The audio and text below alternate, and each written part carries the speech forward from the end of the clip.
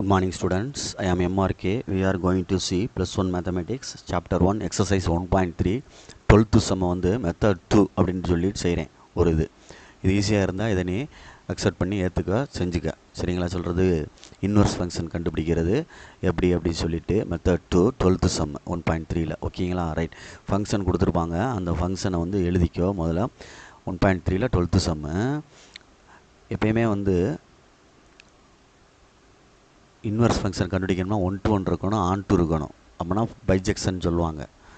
அப்படின்னா தான் f inverse of x வந்து இன்வர்ஸ் ஃபங்க்ஷன் வந்து எக்ஸிஸ்ட் ஆகும். சரிங்களா? சொல்கிறது அப்போ 1 to 1 கண்டுபிடிக்கணும்னா f of X equal to f of ஒய்னு எடுத்துக்கிட்டு x is equal to Y அப்படின்னு ப்ரூவ் பண்ணணும்.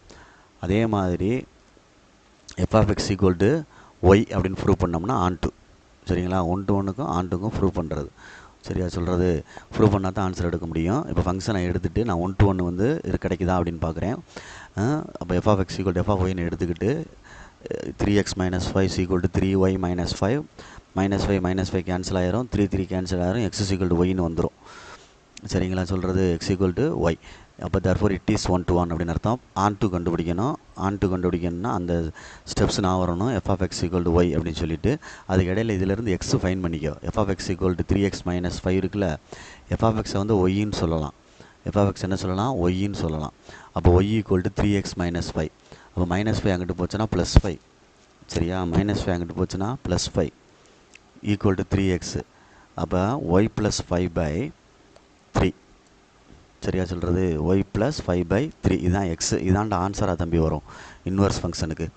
நான் வச்சுக்கோ. சரி, ரைட். நெக்ஸ்ட் இங்கே வரேன், ஆன் டு கண்டுபிடிக்கிறேன். இந்த இடையில செய்கிற ஸ்டெப்னால தான் பசங்க குழம்புறது. இதை கரெக்டாக வச்சுக்கோ. தனியாக 1 to ஆன் டு கண்டுபிடிக்கிறேன். F of X equal to எக்ஸுக்கு பதிலாக கண்டுபிடிச்சோம்ல, இதை ரீப்ளேஸ் பண்ணு. ஒய்னு ஆன்சர் வரணும். வந்துச்சுன்னா ஆன் டு. ரைட்டு, இந்த எக்ஸ் கண்டுபிடிச்சதை ரீப்ளேஸ் பண்ணுறேன். அடிச்சிட்டேன். +5 - 5 கேன்சல் ஆயிரும், ஒய் வந்துருச்சு. அப்போ f of X equal to ஒய்ன்ற கண்டிஷன் சாட்டிஸ்ஃபை பண்ணிருச்சு. Therefore onto. அப்போ 1 to 1 சாட்டிஸ்ஃபை பண்ணிருச்சு, ஆன் டு சாட்டிஸ்ஃபை பண்ணிருச்சு. தர்ஃபோர் இட் இஸ் என்னது? பைஜெக்ஷன் அப்படின்னு அர்த்தம். என்ன அர்த்தம்? தர்ஃபோர் இட் இஸ் என்னது? பைஜெக்ஷன் அப்படின்னு அர்த்தம். தர்ஃபோர் இட் ஹாஸ் என்னது? இன்வர்ஸ் அப்படின்னு அர்த்தம். புரிஞ்சுக்கோ.